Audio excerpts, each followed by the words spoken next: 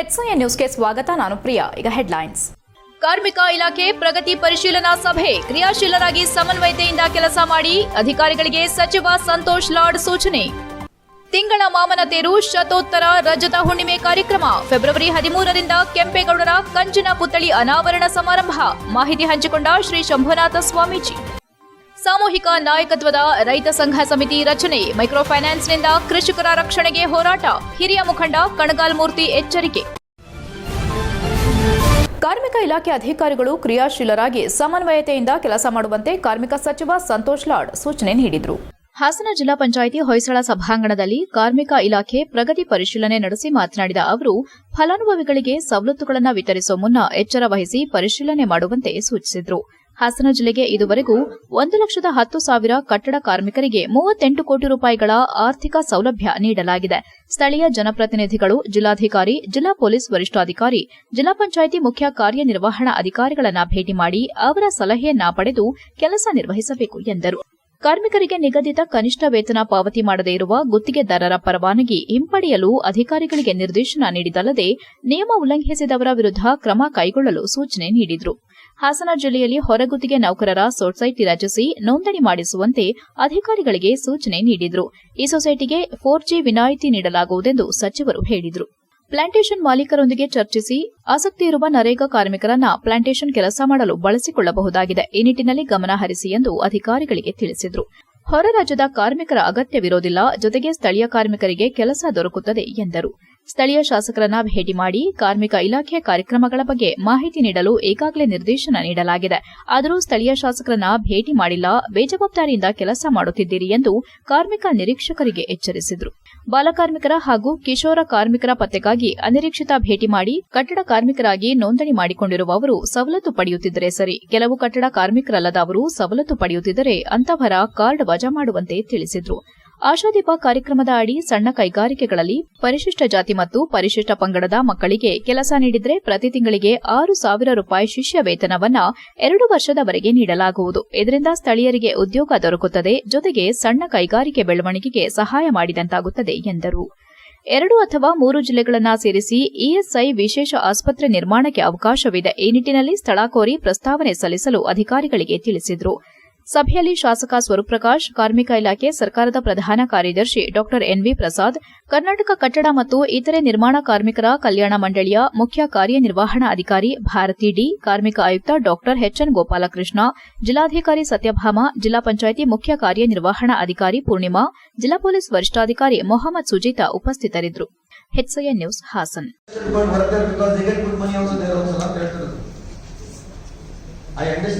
At least motivate ಮಾಡಿದ್ರೆ ಆ labours ಇಲ್ಲೇ ಕೆಲಸ ಮಾಡಬಹುದಲ್ಲ, ಅಥವಾ ಒಂದು ಶಿಬಿರ ಮಾಡಿ ಓವರ್ ಇಂಟ್ರೆಸ್ಟೆಡ್. ಈಗ ಒಂದು ತಿಂಗಳಲ್ಲಿ ಪ್ಲಾಂಟೇಶನ್ ಉಳ್ಕೊಂಡ್ಬಿಟ್ಟು ಟ್ರೈ ಮಾಡಿದ್ರೆ ಅಲ್ಲಿ ಯಾಕೆ ಬರ್ಬೇಕು? ಬಿಹಾರ, ಯುಪಿ ಅಲ್ಲಿಂದ ಬೇರೆ ಕಡೆ ಒರಿಸ್ಸಾದ ಯಾಕೆ ಬರ್ಬೇಕು?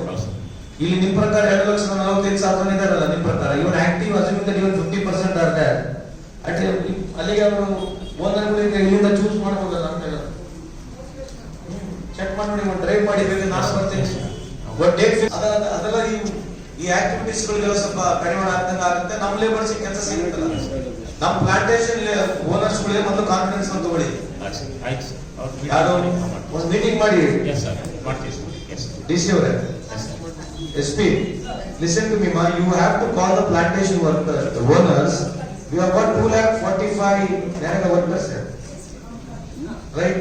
So if you can choose somebody and request them, one the plantation ಗೆ ಯಾರನ್ನ ವ್ಯವಸ್ಥೆ ಮಾಡಿದ್ರೆ ಇಟ್ ಇಸ್ ದೇರ್, ಬೇರೆ ಕಡೆಯಿಂದ ಬರೋ ನೆಸೆಸಿಟಿ ಇಲ್ಲ ನಮಗೆ.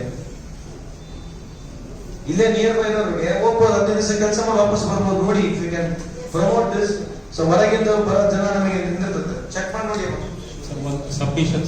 ಕೆಲಸ ಕೊಡಲ್ಲ, ಡಿಸೆಂಬರ್ ನೀವಲ್ಲಿ ಕೊಡುತ್ತೆ, ನರೇಗಾ ಕೆಲಸ ಇರಲ್ಲ. NREGA is only peak summer, only we have to give. So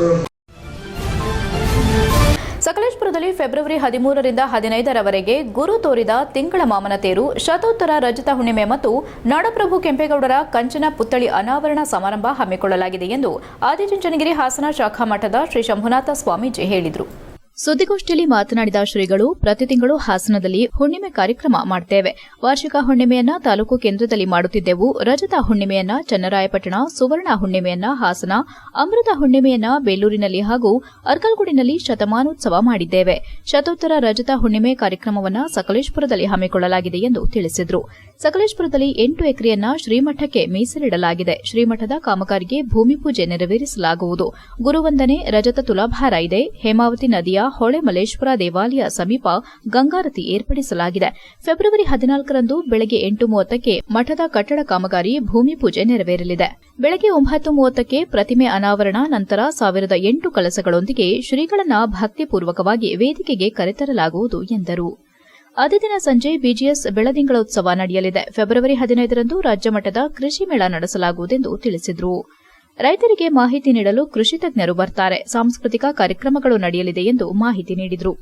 ಮಾಜಿ ಶಾಸಕ ಎಚ್ಎಂ ವಿಶ್ವನಾಥ್, ಒಕ್ಕಲಿಗ ಸಂಘದ ಜಿಲ್ಲಾ ನಿರ್ದೇಶಕ ಬೈರಮುಡಿ ಚಂದ್ರು ಉಪಸ್ಥಿತರಿದ್ದರು. HCN news Haasan. ಸಕಲೇಶ್ವರ ತಾಲೂಕಿನಲ್ಲಿ 13, 14, 15ನೇ ತಾರೀಕು ನಡೆಯುವಂತಹ ಗುರು ತೋರಿದ ದಾರಿ ತಿಂಗಳ ಮಾಮನ ತೇರು ಶ್ರೀ ಆದಿಚುಂಚನಗಿರಿ ಮಹಾಸಂಸ್ಥಾನ ಮಠ, ಹಾಸನ ಹಾಗೂ ತಾಲೂಕು ಒಕ್ಕಲಿಗರ ಸಂಘ, ತಾಲೂಕು ಮಹಿಳಾ ಸಂಘ ಹಾಗೂ ಯುವ ಕೆಂಪೇಗೌಡರ ಯುವ ವೇದಿಕೆ ಮತ್ತೆಲ್ಲ ಧರ್ಮದ, ಸಮಾಜದ, ಶ್ರೀಮಠದ ಸದ್ಭಕ್ತರು ಸೇರಿ ಕಾರ್ಯಕ್ರಮವನ್ನು ಭಾಳ ಶ್ರದ್ಧೆಯಿಂದ, ಭಕ್ತಿಯಿಂದ, ಭಾವನೆ ಇಟ್ಕೊಂಡು ಈ ಕಾರ್ಯಕ್ರಮವನ್ನು ಆಯೋಜನೆ ಮಾಡಿದ್ದಾರೆ. ಅದರ ನಿಮಿತ್ತವಾಗಿ ಇದೆಲ್ಲ ನಮ್ಮಲ್ಲಿ ನಡೆಯುವಂಥ ಆಧ್ಯಾತ್ಮಿಕ, ಸಾಂಸ್ಕೃತಿಕ ಈ ಪ್ರತಿ ತಿಂಗಳು ಹುಣ್ಣಿಮೆ ನೀವೆಲ್ಲ ನೋಡ್ತಾ ಇದ್ದೀರಿ. ಆ ಕಾರ್ಯಕ್ರಮದ ಬಗ್ಗೆ ಹೆಚ್ಚಿನ ರೀತಿ ನೀವೆಲ್ಲ ಪ್ರಚಾರ ಮಾಡಬೇಕು. ನಿಮ್ಮನ್ನೆಲ್ಲ ಕರೆದು ಒಂದು ಸುದ್ದಿಗೋಷ್ಠಿ ಮಾಡಬೇಕು ಅಂತೇಳಿ ನಾವು ಅಂದ್ಕೊಂಡಂಥ ಸಂದರ್ಭದಲ್ಲಿ ನೀವೆಲ್ಲ ಸಾಮೂಹಿಕ ನಾಯಕತ್ವದಲ್ಲಿ ಕರ್ನಾಟಕ ರಾಜ್ಯ ರೈತ ಸಂಘ ಮತ್ತು ಹಸಿರು ಸೇನೆಯ ಹಾಸನ ಜಿಲ್ಲಾ ನೂತನ ಸಮಿತಿ ರಚನೆಯಾಗಿದೆ. ಮೈಕ್ರೋ ಫೈನಾನ್ಸ್ಗಳ ಕಿರುಕುಳದಿಂದ ನಮ್ಮ ಅಕ್ಕಂದಿರು, ತಾಯಂದಿರನ್ನ ರಕ್ಷಿಸಲು ಜಿಲ್ಲಾ ರೈತ ಸಂಘ ಹೋರಾಡುತ್ತಿದೆ ಎಂದು ಹಿರಿಯ ರೈತ ಮುಖಂಡ ಕಣಗಾಲ್ಮೂರ್ತಿ ತಿಳಿಸಿದರು. ಹಾಸನದಲ್ಲಿ ಮಾತನಾಡಿ, ಮೈಕ್ರೋ ಫೈನಾನ್ಸ್ ಸುಗ್ರೀವಾಜ್ಞೆಯನ್ನು ತಿರಸ್ಕರಿಸಲು ರಾಜ್ಯಪಾಲರ ನಡೆಗೆ ನಮ್ಮ ಅಕ್ಕಂದಿರು, ತಾಯಂದಿರನ್ನ ರಕ್ಷಿಸಲು ಜಿಲ್ಲಾ ರೈತ ಸಂಘ ಹೋರಾಡುತ್ತಿದೆ ಮತ್ತು ಗ್ರಾಮೀಣ ಯುವಜನರು ಕಂಕಣ ಕಟ್ಟಲು ಜಿಲ್ಲಾ ರೈತ ಸಂಘ ಕರೆ ನೀಡುತ್ತಿದೆ.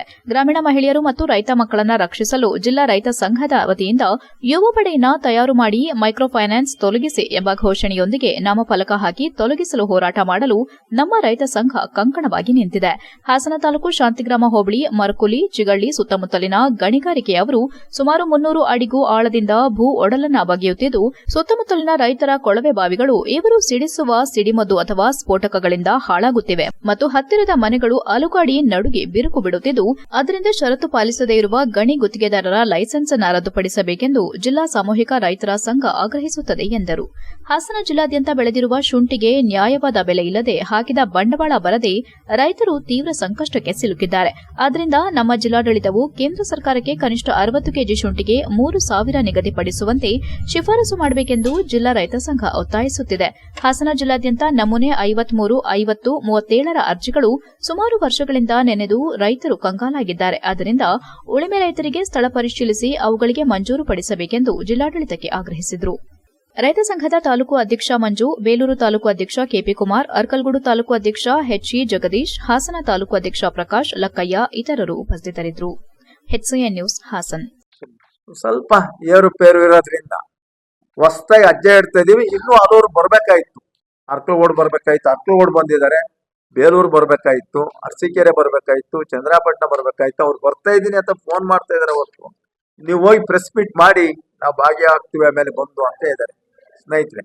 ಹಿಂಗಾಗಿ ಹೊಸ ಸಂಘಟನೆಗಳು ನಾವು ರಚನೆ ಮಾಡ್ತಾ ಇದೀವಿ. ಸಾಮೂಹಿಕ ಇದ್ರಲ್ಲಿ ನಾವು ಅದ್ರೊಳಗಡೆ ನಾವು ಕೆಲಸ ಮಾಡೋಣ ಅಂತೇಳಿ ಹಾಸನ ಜಿಲ್ಲೆಯಲ್ಲಿ ತೀರ್ಮಾನ ತಗೊಂಡಿದ್ದೀವಿ.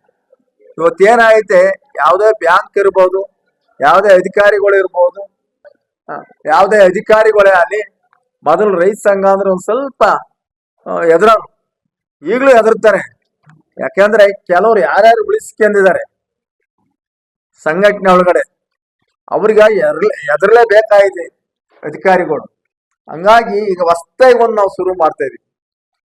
ಹೊಸದಾಗಿ ಮಾಡಿ ಇವರೆಲ್ಲರೂ ಈಗ ಕಾರ್ಯದರ್ಶಿಗಳು, ಅಧ್ಯಕ್ಷರುಗಳು ಅಂತೇಳಿ ಹೊಸದಾಗಿ ರಚನೆ ಮಾಡ್ಕೊಂಡು ಕೆಲಸ ಶುರು. HCN ನ್ಯೂಸ್ನಲ್ಲಿ ಈಗೊಂದು ಪುಟ್ಟ ಬ್ರೇಕ್.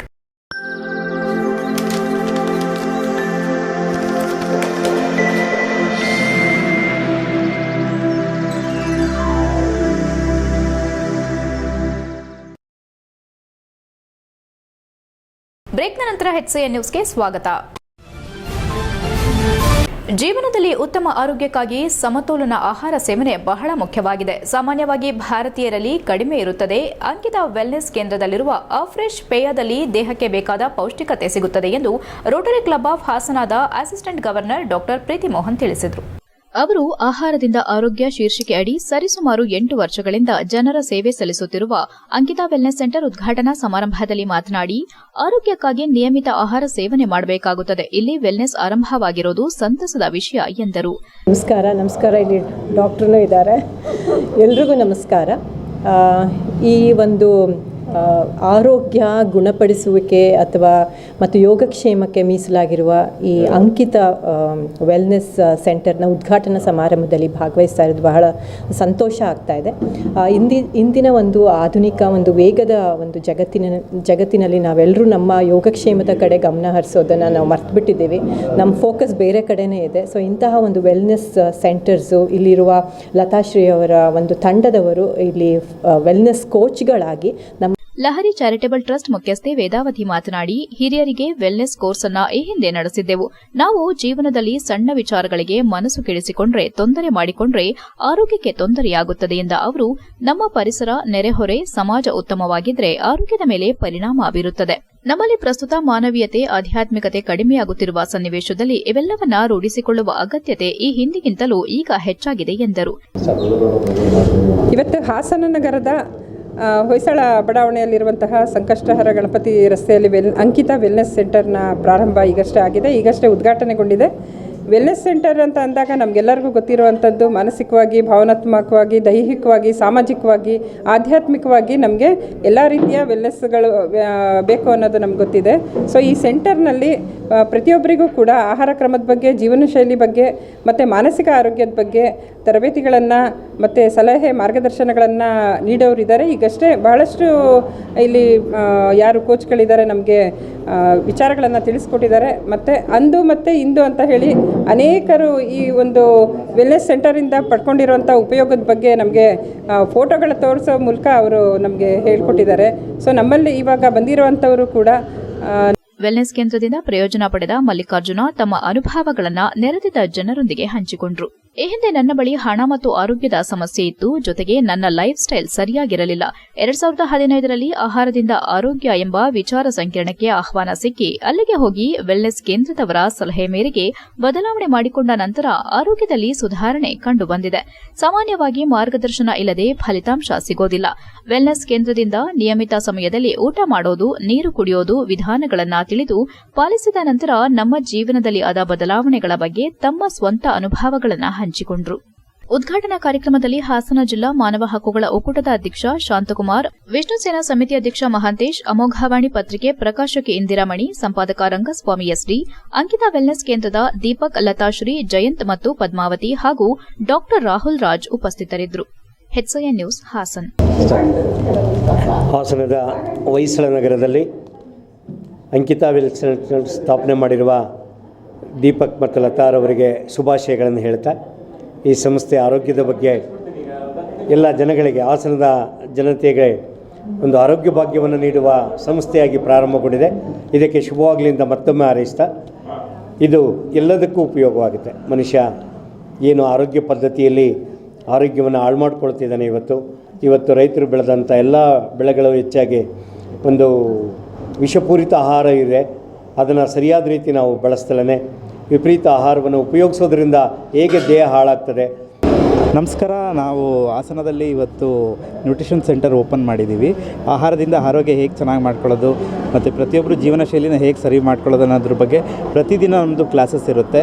ಬೆಳಗ್ಗೆ 8:30ಯಿಂದ ಒಂದು 10:30ವರೆಗೆ ಇರುತ್ತೆ. ಒಂದು ಹೆಲ್ತಿ ಬ್ರೇಕ್ಫಾಸ್ಟ್ ಪ್ರೊವೈಡ್ ಮಾಡ್ತೀವಿ ಕಂಪ್ಲೀಟ್. ಯಾಕೆಂದರೆ ಇವತ್ತು ಮನುಷ್ಯನಿಗೆ ಒಂದು ಬ್ಯಾಲೆನ್ಸ್ಡ್ ನ್ಯೂಟ್ರಿಷನ್ ಎಷ್ಟು ಇಂಪಾರ್ಟೆಂಟು ಮತ್ತು ಹೆಲ್ತ್ ಎಷ್ಟು ಇಂಪಾರ್ಟೆಂಟು ಅದ್ರ ಬಗ್ಗೆ ಪ್ರತಿದಿನ ಮಾಹಿತಿ ಇರುತ್ತೆ. ಹಾಗಾಗಿ ನಮ್ಮ ಒಂದು ಸೆಂಟರಲ್ಲಿ ಒಂದು ಪುಟ್ಟ ಮಕ್ಕಳಿಂದ ಹಿಡಿದು ಒಂದು ತುಂಬ ವಯಸ್ಸಾಗಿರೋರು ಪ್ರತಿಯೊಬ್ಬರಿಗೂ ಇದರ ಅವಶ್ಯಕತೆ ಎಷ್ಟಿದೆ ಅನ್ನೋದ್ರ ಬಗ್ಗೆ ಇಲ್ಲಿ ಅರ್ಥ ಮಾಡಿಸ್ತೀವಿ. ಅಂದರೆ ಒಂದು ಪ್ರಕಾರ ಹೇಳೋದಾದರೆ ಹೋಮ್ ಟು ಡೂಮ್ ಅಂತ. ಗರ್ಭಾವಸ್ಥೆಯಿಂದ ಹಿಡಿದು ಚಿತೆಗೆ ಹೋಗೋವರೆಗೂ ಪ್ರತಿಯೊಬ್ಬರಿಗೂ ಬೇಕಾಗಿರುವಂಥ ಪೋಷಕಾಂಶದ ಬಗ್ಗೆ ಇಲ್ಲಿ ಅರ್ಥ ಮಾಡಿಸ್ತೀವಿ. ಹಾಗಾಗಿ ನಮ್ಮ ಹಾಸನದ ಜನತೆ ಯಾರಿದ್ದೀರಾ ವಿಸಿಟ್ ಮಾಡಿ, ಇಲ್ಲಿ ನಂಬರು ನಿಮಗೆ ಸಿಗುತ್ತೆ, ಇಲ್ಲಿ ವಿಸಿಟ್ ಮಾಡಿ. ಇಲ್ಲಿ ತುಂಬ ಜನದ್ದು ಒಂದು ಏನು ಆರೋಗ್ಯನ ಚೆನ್ನಾಗಿ ಮಾಡ್ಕೊಳ್ಳೋವಂಥದ್ದು ಒಂದು ಉತ್ತಮವಾದ ಜೀವನ ಶೈಲಿಯಿಂದ ಇದೆಲ್ಲ ಹೇಳ್ಕೊಡ್ತೀವಿ. Thank you. ನಮಸ್ಕಾರ ಎಲ್ಲರಿಗೂ. ನಾನು Lathashree Deepak, wellness coach. So ಇವತ್ತು ನಮ್ಮ ಅಂಕಿತಾ ವೆಲ್ನೆಸ್ ಸೆಂಟರನ್ನು ನಮ್ಮ ಹಾಸನಲ್ಲಿ ಓಪನ್ ಮಾಡಿದ್ದೀವಿ. ಆಹಾರದಿಂದ ಆರೋಗ್ಯ ತುಂಬ important.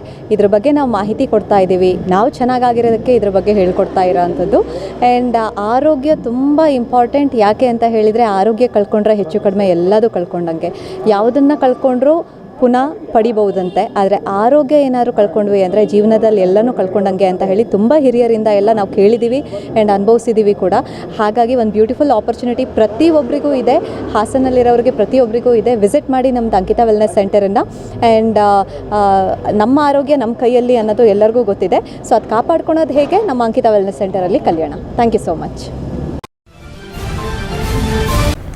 ಚನ್ನರಾಯಪಟ್ಟಣದ national classical dance academy ಮತ್ತು ಮಡಿಕೇರಿ ಜಿಲ್ಲೆಯ ಸುಪ್ರಸಿದ್ಧ ಓಂಕಾರೇಶ್ವರ ದೇವಸ್ಥಾನ ಇವರ ಸಂಯುಕ್ತಾಶ್ರಯದಲ್ಲಿ ಹಾಗೂ ಅಪರ ಜಿಲ್ಲಾಧಿಕಾರಿ ಐಶ್ವರ್ಯರವರ ಸಹಕಾರದೊಂದಿಗೆ 65ನೇ ರಾಷ್ಟ್ರೀಯ ನೃತ್ಯೋತ್ಸವ ಕಾರ್ಯಕ್ರಮ ಜರುಗಿತು. ಶ್ರೀ ಓಂಕಾರೇಶ್ವರ ದೇವಾಲಯದ ಕಾರ್ಯನಿರ್ವಹಣಾ ಅಧಿಕಾರಿ ಪಿಎಲ್ ದೇವರಾಜ್ ಕಾರ್ಯಕ್ರಮ ಉದ್ಘಾಟಿಸಿ ಮಾತನಾಡುತ್ತಾ, ಭಾರತೀಯ ಸಂಸ್ಕೃತಿಯಲ್ಲಿ ಅತ್ಯುತ್ತಮ ಸ್ಥಾನ ಹೊಂದಿರುವ ಶಾಸ್ತ್ರೀಯ ನೃತ್ಯೋತ್ಸವವನ್ನು ಶ್ರೀ ಓಂಕಾರೇಶ್ವರ ದೇವಸ್ಥಾನದ ಸನ್ನಿಧಿಯಲ್ಲಿ ಆಯೋಜನೆ ಮಾಡಿರುವುದು ಶ್ಲಾಘನೀಯವೆಂದು 2017ರಲ್ಲಿ ಸ್ಥಾಪಿತವಾದ ರಾಷ್ಟ್ರೀಯ ಶಾಸ್ತ್ರೀಯ ನೃತ್ಯ ಅಕಾಡೆಮಿಯಲ್ಲಿ ವಿಶ್ವದಾದ್ಯಂತ 24,000 ಕಲಾವಿದರ ಸದಸ್ಯತ್ವವನ್ನು ಹೊಂದಿದ್ದು, ಶಾಸ್ತ್ರೀಯ ನೃತ್ಯಗಳನ್ನು ಪ್ರೋತ್ಸಾಹಿಸಿ ಬೆಳೆಸುವ ಉದ್ದೇಶದಿಂದ ಭಾರತೀಯ ಸಂಸ್ಕೃತಿಯಲ್ಲಿ ವಿಶೇಷ ಸ್ಥಾನಮಾನ ಹೊಂದಿರುವ 8 ವಿವಿಧ ಶಾಸ್ತ್ರೀಯ ನೃತ್ಯಗಳನ್ನು ಒಂದೆಡೆಗೆ ಸೇರಿಸಿ ಭಾರತ ರಾಜ್ಯಗಳಾದ ಕೇರಳ, ತಮಿಳುನಾಡು, ಆಂಧ್ರಪ್ರದೇಶ, ಮಧ್ಯಪ್ರದೇಶ, ತೆಲಂಗಾಣ, ಕರ್ನಾಟಕ ಸೇರಿದಂತೆ ವಿವಿಧ ರಾಜ್ಯಗಳಿಂದ ಭರತನಾಟ್ಯ ಕಲಾವಿದರು, 5 ರಿಂದ 60 ವರ್ಷದ ವಯಸ್ಸಿನ 75ಕ್ಕೂ ಹೆಚ್ಚು ಪ್ರತಿಭಾವಂತ ಕಲಾವಿದರು ಮತ್ತು ನೃತ್ಯ ಗುರುಗಳು ಭಾಗವಹಿಸಿ ತಮ್ಮ ಕಲೆ ಪ್ರದರ್ಶನವನ್ನು ಭಗವಂತನಿಗೆ ಸಮರ್ಪಣೆ ಮಾಡಿದರು. ಭರತನಾಟ್ಯವನ್ನು ಕಲಿತಿರುವ ವೇದಿಕೆ ವಂಚಿತ ಕಲಾವಿದರಿಗಾಗಿ ನಡೆಸಿಕೊಂಡು ಬರುತ್ತಿರುವ ಈ ನೃತ್ಯೋತ್ಸವ ಕಾರ್ಯಕ್ರಮ ಕೇವಲ ರಾಷ್ಟ್ರ ಮತ್ತು ಅಂತಾರಾಷ್ಟ್ರೀಯ ಮಟ್ಟಕ್ಕೆ ಸೀಮಿತವಾಗದೆ ಜಿಲ್ಲಾ ಮಟ್ಟದಲ್ಲಿ ರಾಷ್ಟ್ರೀಯ ನೃತ್ಯೋತ್ಸವ ಆಯೋಜನೆ ಮಾಡಲಾಗಿದೆ ಎಂದರು. ಆಯೋಜನಾ ಕಾರ್ಯದರ್ಶಿ ವಿದುಷಿ ಡಾಕ್ಟರ್ ಸ್ವಾತಿ ಪಿ ಭಾರದ್ವಾಜ್ ಅವರು ಮಾತನಾಡಿ, ಮುಂದಿನ ದಿನಗಳಲ್ಲಿ ಮಡಿಕೇರಿಯ ಶ್ರೀ ಓಂಕಾರೇಶ್ವರ ದೇವಸ್ಥಾನದಲ್ಲಿ ನಡೆಯುವ ಸಾಂಸ್ಕೃತಿಕ ಕಾರ್ಯಕ್ರಮದಲ್ಲಿ ಸ್ವತಃ ನಾನೇ ನೃತ್ಯ ಪ್ರದರ್ಶನ ನೀಡಲು ಅವಕಾಶ ಕಲ್ಪಿಸಿಕೊಡಬೇಕಾಗಿ ಮಡಿಕೇರಿ ಜಿಲ್ಲಾಡಳಿತವನ್ನು ವಿನಂತಿಸಿದ್ದಾರೆ. ನೃತ್ಯ ಗುರುಗಳಾದ ಕೃಷ್ಣ ವಿ ಕುಮಾರ್, ನೀಲಪೂ ಲೀಲಾ ಕೃಷ್ಣರೆಡ್ಡಿ, ಕಾಕುಲಂ, ಉಮಾ ಮಹೇಶ್ವರಿ ಕೆ, ನಳಿನಿ ಎಂ ಅವರು ಮುಖ್ಯ ಅತಿಥಿಗಳಾಗಿ ಭಾಗವಹಿಸಿದ್ರು. ನೃತ್ಯೋತ್ಸವದಲ್ಲಿ ಭಾಗವಹಿಸಿದ ಎಲ್ಲ ಕಲಾವಿದರಿಗೆ ಶ್ರೀ ಓಂಕಾರೇಶ್ವರ ರಾಷ್ಟ್ರೀಯ ಪ್ರಶಸ್ತಿ ನೀಡಿ ಗೌರವಿಸಲಾಯಿತು. HCN news, Channarayapatna.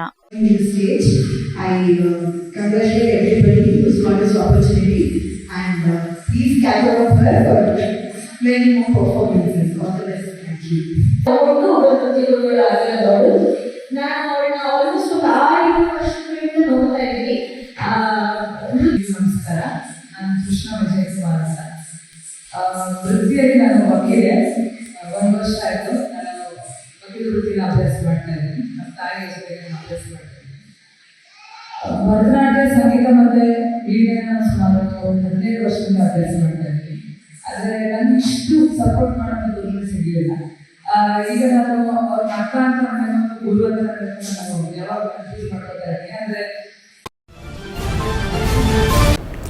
ಪ್ರಧಾನಿ ಸ್ಥಾನಕ್ಕೆ ಬದಲಾವಣೆ ಅಗತ್ಯವಿದ್ದು, ಭಾರತವನ್ನು ಉಳಿಸಬೇಕಾದರೆ ಮೋದಿಯವರ ಜಾಗದಲ್ಲಿ ನಿತಿನ್ ಗಡ್ಕರಿ ಇಲ್ಲವೇ ಬೇರೆ ಯಾರಾದರೂ ಬರೋ ಮೂಲಕ ಯುವಕರ ಭವಿಷ್ಯ ಉಳಿಸಬೇಕಾಗಿದೆ ಎಂದು ರಾಜ್ಯದ ಕಾರ್ಮಿಕ ಸಚಿವ ಸಂತೋಷ್ ಲಾಡ್ ಟೀಕಿಸಿದರು. ಹಾಸನ ನಗರದ ಪ್ರವಾಸಿ ಮಂದಿರದಲ್ಲಿ ಮಾಧ್ಯಮದೊಂದಿಗೆ ಮಾತನಾಡಿ, ಮೋದಿ ಸರ್ಕಾರದ ನಿರ್ಧಾರಗಳ ವಿರುದ್ಧ ಕಿಡಿಕಾರುತ್ತಾ ಅಮೆರಿಕದಿಂದ ಕಾಲಿಗೆ ಚೈನ್ ಹಾಕಿಕೊಂಡು ತಂದು ಬಿಸಾಕಿದ್ರಲ್ಲ, ಇದು ಇಡೀ ದೇಶಕ್ಕೆ ಅವಮಾನ ಎಂದು ಪ್ರಹಾರ ಮಾಡಿದ್ರು. ಅವರು ಕಳೆದ 10 ವರ್ಷದಲ್ಲಿ ದೇಶದ ಆರ್ಥಿಕತೆ ಕುಸಿದಿರೋ ಬಗ್ಗೆ ಆಕ್ಷೇಪ ವ್ಯಕ್ತಪಡಿಸಿ, ಭಾರತದಲ್ಲಿ 18 ಲಕ್ಷ ಜನ ಪಾಸ್ಪೋರ್ಟ್ ಸರೆಂಡರ್ ಮಾಡಿದ್ದಾರೆ, ಆದರೆ ಇದರ ಬಗ್ಗೆ ಯಾವುದೇ ಚರ್ಚೆಯಾಗುತ್ತಿಲ್ಲ. ಮೋದಿ ಸರ್ಕಾರದ ದಶಕದ ಆಡಳಿತದ ಲೆಕ್ಕವೇ ಇಲ್ಲವೇ? ಬಿಜೆಪಿಯವರು 11 ವರ್ಷದಿಂದ ಏನು ಮಾಡಿದರೂ ಅದಕ್ಕೆ ಲೆಕ್ಕ ಇಲ್ಲ, ಬುಕ್ಕಿಲ್ಲ ಎಂದು ಪ್ರಶ್ನಿಸಿ ಪ್ರಧಾನಮಂತ್ರಿ ನರೇಂದ್ರ ಮೋದಿ ಅವರ ಜೀವನ ಶೈಲಿ ಕುರಿತು ಕಿಡಿಕಾರಿದರು. ಸಾಹೇಬ್ರದು 16 ಗಂಟೆ ಕೆಲಸ, ದಿನಕ್ಕೆ 3 ಬಾರಿ ಬಟ್ಟೆ ಬದಲಾಯಿಸುತ್ತಾರೆ, 16 ಗಂಟೆ ಕೆಲಸ ಮಾಡ್ತಾರೆ ಅಂತಾರೆ. ಆದರೆ ಅವರ ಕಣ್ಣುಗಳು ಹೊಳೆಯುತ್ತಿವೆ, ಏನು ಕೆಲಸ ಮಾಡ್ತಾರೆ ಅನ್ನೋದು ಜನರಿಗೆ ಗೊತ್ತಾಗುತ್ತಿಲ್ಲ ಎಂದು ಟೀಕಿಸಿದರು. ಎಲ್ಲ ರಾಜ್ಯಗಳಿಗೆ ಹೋಗಿ ಮೋದಿ ಸಾಹೇಬ್ರು ಪ್ರೆಸ್ ಮೀಟ್ ಮಾಡಲಿ ಎಂದಾದ್ರೂ ಓಪನ್ ಡಿಸ್ಕಷನ್ ಮಾಡಿದ್ದಾರೆ ಎಂದು ಪ್ರಶ್ನಿಸಿದ್ರು. ಕಳೆದ ಲೋಕಸಭಾ ಚುನಾವಣೆ ವೇಳೆ ಮೋದಿಜಿಯವರ ಮಂಗಳಸೂತ್ರ ಪಾಕಿಸ್ತಾನ ಎರಡೆ ಮಾತನಾಡಿದ್ದು.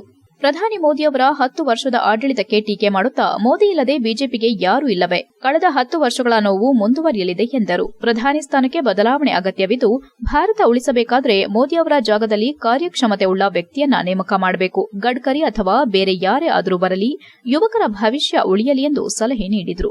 ಪ್ರಚಾರ ಸಮಿತಿ ಅಧ್ಯಕ್ಷ ದೇವರಾಜೇಗೌಡ, ಕಾಂಗ್ರೆಸ್ ಮುಖಂಡರಾದ ರಂಗಸ್ವಾಮಿ, ರಾಮಚಂದ್ರು, ನಾಯಕರಹಳ್ಳಿ ಅಶೋಕ್ ಹಾಗೂ ಇತರರು ಉಪಸ್ಥಿತರಿದ್ದರು. HCN news, Hassan. Very good. ಬಿಜೆಪಿಯಲ್ಲಿ ಮೋದಿ ಸಾಹೇಬ್ರ ಬಿಟ್ಟರೆ ಬೇರೆ ಯಾರು ತಿಳ್ಕೊಳಕಿಲ್ಲ ಈ ದೇಶದ್ದು, ಉಲ್ಟಾ ಹೋಗೋಣ. ವೆರಿ ಗುಡ್ ಪ್ರಶ್ನೆ, ಬರ್ರಿ ಚರ್ಚೆ ಮಾಡೋಣ. ಬರ್ರಿ, ಈ ದೇಶದಲ್ಲಿ 10 ವರ್ಷದಿಂದ ಬಿಜೆಪಿಗೆ ಯಾರು ತಿಳುವಳಿಕೆ ಇರಲ್ಲ, ಇವರೊಬ್ಬರೇ ಡಿಗ್ರಿ ಹೊಡ್ರ ಬಿಜೆಪಿ. ಹೌದು, ಒಳ್ಳೆ ಪ್ರಶ್ನೆ ಕೇಳಿದ್ರಿ. ಬಿಜೆಪಿ ಅವರಿಗೆ ನಿಮಗೆ ಪ್ರಶ್ನೆ ಇದೆ, ಮೋದಿ ಬಿಟ್ರೆ ಈ ದೇಶದಲ್ಲಿ ಬೇರೆ ಯಾರಿಲ್ಲ ಏನ್ರಿ? ಮೋದಿ ಬಿಟ್ರೆ ಈ ದೇಶದಲ್ಲಿ ಬೇರೆ ಯಾರಿಲ್ಲ ಬಿಜೆಪಿ ಅವರಿಗೆ ಏನ್ರಿ? ಇದೇ ಒಳ್ಳೆ ಪ್ರಶ್ನೆ ನೀವು ಕೇಳಿದ್ದು. ಅದು ಬಿಜೆಪಿ ನಾವು ಅದನ್ನೇ ಕೇಳ್ತಾರೆ ನಿಮಗೆ.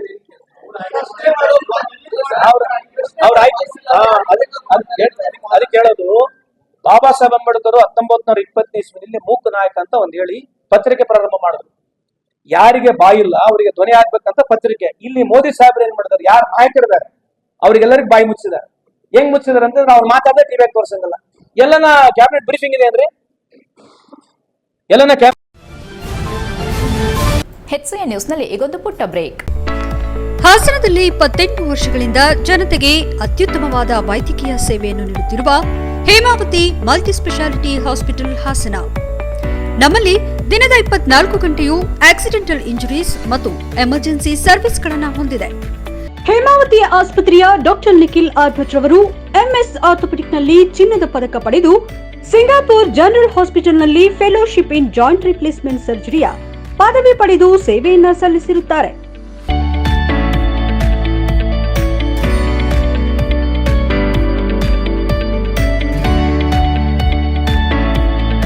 ನಮ್ಮಲ್ಲಿ ಆಂಬ್ಯುಲೆನ್ಸ್ ಸೇವೆಯೂ ಲಭ್ಯ.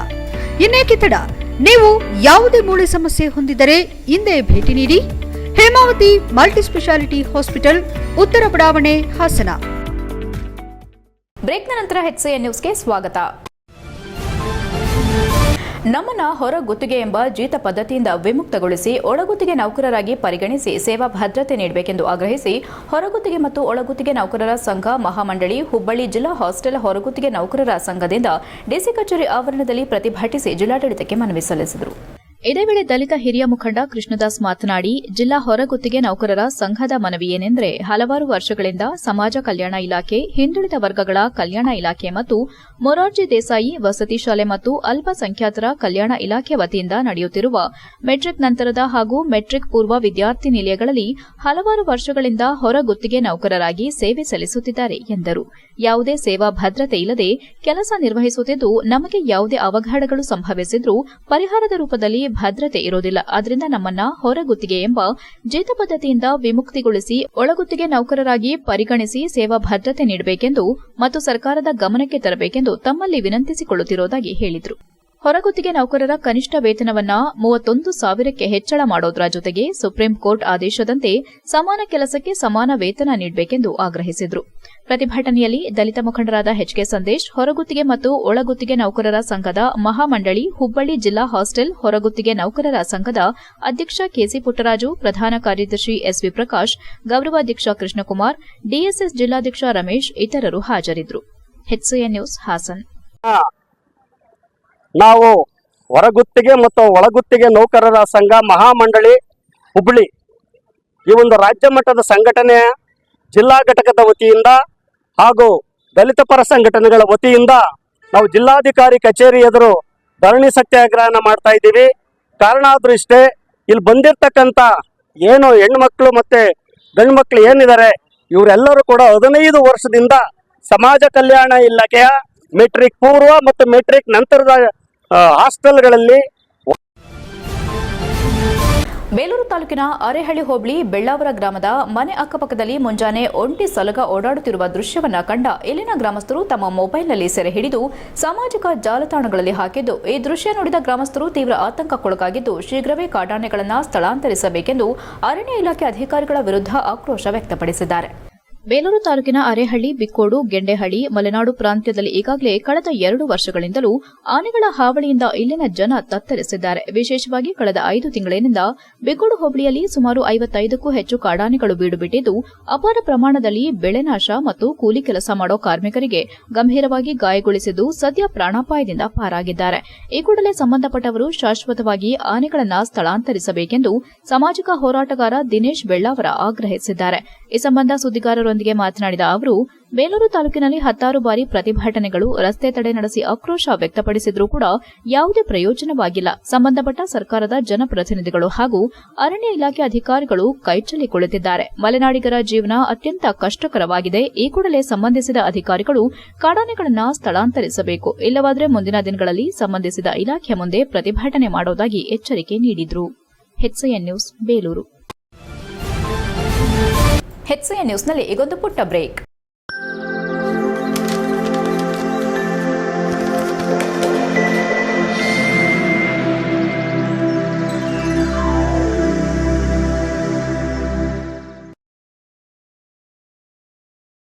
ಬ್ರೇಕ್ನ ನಂತರ HCN ನ್ಯೂಸ್ಗೆ ಸ್ವಾಗತ. ಸಕಲೇಶಪುರ ತಾಲೂಕಿನ ಹೆತ್ತೂರು ಹೋಬಳಿಯ ಬೊಬ್ಬನಹಳ್ಳಿ, ಜಾತನಹಳ್ಳಿ ಇತಿಹಾಸ ಪ್ರಸಿದ್ಧವಾದ ಶ್ರೀ ಮಲ್ಲೇಶ್ವರ ಸ್ವಾಮಿಯ ವರ್ಷಕ್ಕೊಮ್ಮೆ ನಡೆಯುವ ಜಾತ್ರಾ ಮಹೋತ್ಸವದಲ್ಲಿ ಸಾವಿರಾರು ಭಕ್ತಾದಿಗಳು ಅದ್ದೂರಿಯಾಗಿ ಸಂಭ್ರಮದಿಂದ ಪಾಲ್ಗೊಂಡರು. ಫೆಬ್ರವರಿ 9ರ ಭಾನುವಾರ ರಾತ್ರಿಯಿಂದ ಕಳಸ ಪೂಜೆ, ಕಂಬದ ದೀಪೋತ್ಸವ ಸೇರಿದಂತೆ ದೇವರ ಪೂಜಾ ಕಾರ್ಯಕ್ರಮ ನಡೆಯಿತು. ಇಂದು ಬೆಳಗ್ಗೆ ಪ್ರಾತಃ ಕಾಲದಲ್ಲಿ ದೇವರಿಗೆ ಅಭಿಷೇಕ, ಮಹಾ ನೈವೇದ್ಯ, ಮಹಾಮಂಗಳಾರತಿ, ನಂತರ ಹಣ್ಣುಕಾಯಿ, ಹಾರಿಕೆ ಮುಡಿ ಹಾಗೂ ಪ್ರಸಾದ ವಿನಿಯೋಗ ಮಾಡಲಾಯಿತು. ಈ ಸಂದರ್ಭದಲ್ಲಿ ಒಳಲಹಳ್ಳಿ ಬೆಳೆಗಾರರ ಸಂಘದಿಂದ ಭಕ್ತಾದಿಗಳಿಗೆ ಉಚಿತ ಕಾಫಿ ವಿತರಿಸಲಾಯಿತು. ಹಾಗೂ ಫೆಬ್ರವರಿ 11ರ ಮಂಗಳವಾರ ಒಳಲಹಳ್ಳಿ ಶ್ರೀ ಬಸವೇಶ್ವರ ಸ್ವಾಮಿ ಜಾತ್ರಾ ಮಹೋತ್ಸವ ನಡೆಯಲಿದೆ. ದೇವಸ್ಥಾನದ ಜಾತ್ರಾ ಮಹೋತ್ಸವದಲ್ಲಿ ಬೊಬ್ಬನಹಳ್ಳಿ ಹಾಗೂ ಜಾತಹಳ್ಳಿಯ ಗ್ರಾಮಸ್ಥರು ಮತ್ತು ದೇವಸ್ಥಾನದ ಸೇವಾ ಸಮಿತಿಯವರು ದೇವಸ್ಥಾನ ಹಾಗೂ ಜಾತ್ರಾ ಆವರಣದ ಶುಚಿತ್ವ, ಬಂದ ಭಕ್ತಾದಿಗಳಿಗೆ ಪ್ರಸಾದ, ಕುಡಿಯುವ ನೀರಿನ ವ್ಯವಸ್ಥೆಯನ್ನ ತುಂಬಾ ಅಚ್ಚುಕಟ್ಟಾಗಿ ಮಾಡಿದ್ದು ಭಕ್ತಾದಿಗಳಿಂದ ಪ್ರಶಂಸೆಗೆ ಕಾರಣವಾಯಿತು. ಜೊತೆಗೆ ಈ ಬಾರಿ ಭಕ್ತಾದಿಗಳಿಗೆ ಒಡಲಹಳ್ಳಿ ಬೆಳೆಗಾರರ ಸಂಘದಿಂದ ಕಾಫಿ ವಿತರಣೆ ಮಾಡಿದ್ದು ಮೆಚ್ಚುಗೆಗೆ ಪಾತ್ರವಾಯಿತು.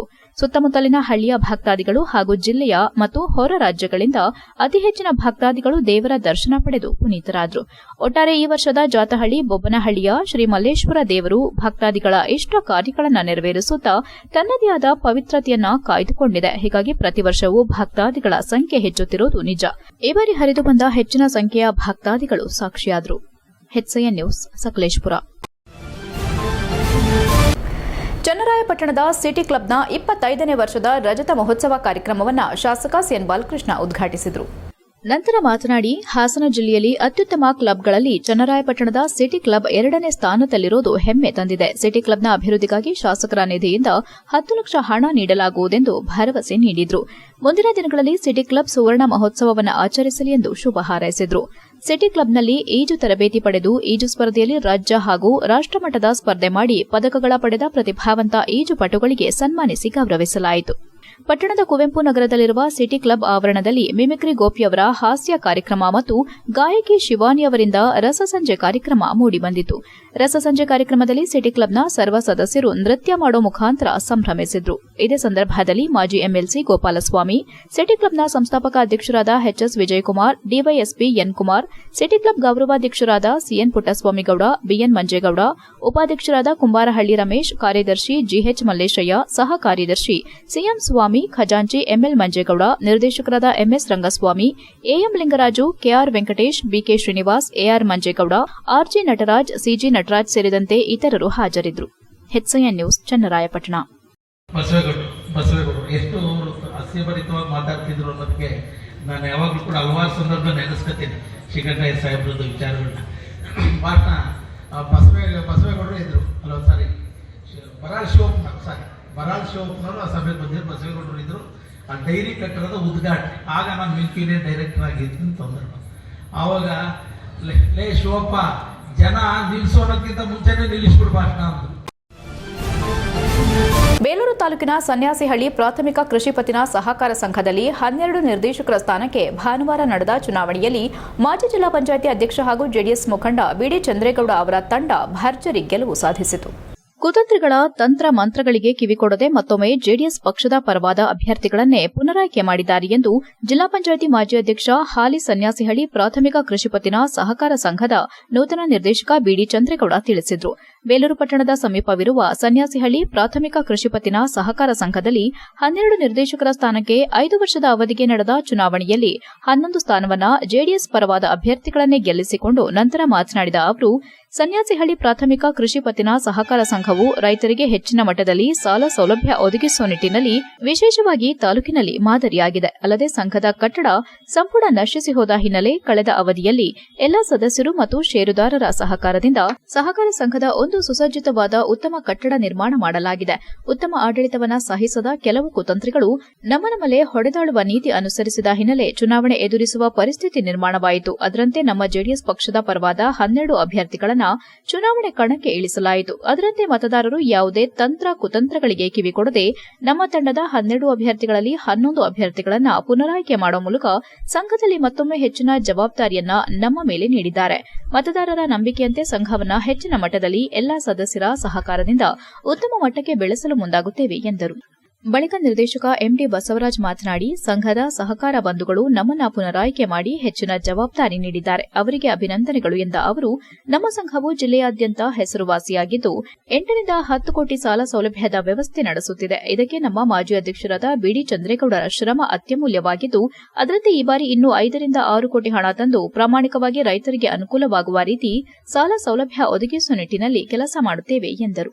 ಬಳಿಕ ನಿರ್ದೇಶಕ ಚಂದ್ರು ಮಾತನಾಡಿ, ಚುನಾವಣೆ ಸಂದರ್ಭ ಜನರಿಗೆ ನೀಡಿದ ಆಶ್ವಾಸನೆಯಂತೆ ಕೊಟ್ಟ ಮಾತಿಗೆ ತಪ್ಪದಂತೆ ಉಳಿಸಿಕೊಂಡು ಸಹಕಾರ ಸಂಘವನ್ನ ಉತ್ತಮ ಮಟ್ಟಕ್ಕೆ ಕೊಂಡೊಯ್ಯುವ ಪ್ರಯತ್ನ ಮಾಡುತ್ತೇವೆ ಎಂದರು. ಈ ಸಂದರ್ಭದಲ್ಲಿ ಜೆಡಿಎಸ್ ಪರವಾದ ನಿರ್ದೇಶಕರಾದ ಚಿಕ್ಕೋಲೆ ಕಾಂತರಾಜ್, ಲೋಕೇಶ್ ಸಿಎಚ್, ಹಿರಿಕೋಲೆ ಕಾಂತರಾಜ್, ಹೊನ್ನಯ್ಯ, ಪುಷ್ಪಕುಮಾರ್, ಪಂಕಜ ವೆಂಕಟರಾಮು, ಅಣ್ಣಪ್ಪ, ಪುಟ್ಟನಾಯಕ್ ಸೇರಿದಂತೆ ಮುಖಂಡರಾದ ಬಿಡಿ ಅಣ್ಣೇಗೌಡ, ಪುರಸಭೆ ಸದಸ್ಯ ಬಿಸಿ ಜಗದೀಶ್, ಪ್ರಸಾದಿಹಳ್ಳಿ ಯದುಕುಮಾರ್, ಬಿಡಿ ಶಾಂತಗೌಡ, ಮಾಳಗೆರೆ ಕುಮಾರ್, ಪರಶುರಾಮ್, ಹಳೆ ಉತ್ಪಾದನಹಳ್ಳಿ ಚಂದ್ರೇಗೌಡ ಸೇರಿದಂತೆ ಇತರರು ಹಾಜರಿದ್ದರು. HCN news, Belur.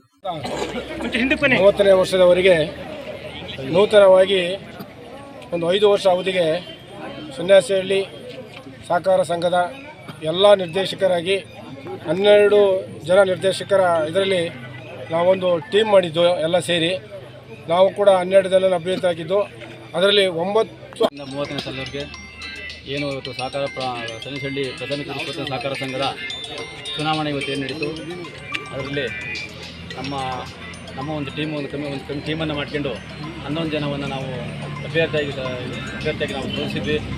ಇವತ್ತಿನ ಈ ಸನ್ಯಾಸಿಹಳ್ಳಿಯ ವ್ಯಾಪ್ತಿ ಬರ್ತಕ್ಕಂಥ ಎಲ್ಲ ಸಹಕಾರ ಬಂಧುಗಳು. ಈಗ ಸಂಕ್ಷಿಪ್ತ ಸುದ್ದಿಗಳು. ಕೌಟುಂಬಿಕ ಕಲಹಕ್ಕೆ ಬೇಸತ್ತು ವ್ಯಕ್ತಿ ಸಾವನ್ನಪ್ಪಿರುವ ಘಟನೆ ಬೇಲೂರು ತಾಲೂಕಿನ ಚಂದನಹಳ್ಳಿಯಲ್ಲಿ ನಡೆದಿದೆ. 55 ವರ್ಷದ ವೆಂಕಟೇಶ್ ಮೃತಪಟ್ಟ ದುರ್ದೈವಿಯಾಗಿದ್ದು, ಪ್ರತಿದಿನ ಕುಡಿದು ಮನೆಯಲ್ಲಿ ಗಲಾಟೆ ಮಾಡಿಕೊಂಡು ಈ ಹಿಂದೆ ವಿಷ ಕುಡಿದು ಆಸ್ಪತ್ರೆ ದಾಖಲಾಗಿದ್ರು. ಆದರೂ ಕುಡಿತದ ಚಟ ಬಿಡದ ವೆಂಕಟೇಶ್ ಮತ್ತೆ ಮನೆಯಲ್ಲಿ ಪ್ರತಿನಿತ್ಯ ಜಗಳವಾಡುತ್ತಿದ್ರು. ಕುಡಿಯಲು ಹಣ ಕೊಡದ ಕಾರಣ ಬೇಸತ್ತು ಚಂದನಹಳ್ಳಿಯ ಎಗಚಿ ಹೊಳೆಗೆ ಹಾರಿ ಮೃತಪಟ್ಟಿರೋ ಘಟನೆ ನಡೆದಿದೆ. ಅರೆಹಳ್ಳಿ ಪೊಲೀಸರು ಸ್ಥಳಕ್ಕೆ ಭೇಟಿ ನೀಡಿ ಪ್ರಕರಣ ದಾಖಲಿಸಿಕೊಂಡಿದ್ದಾರೆ.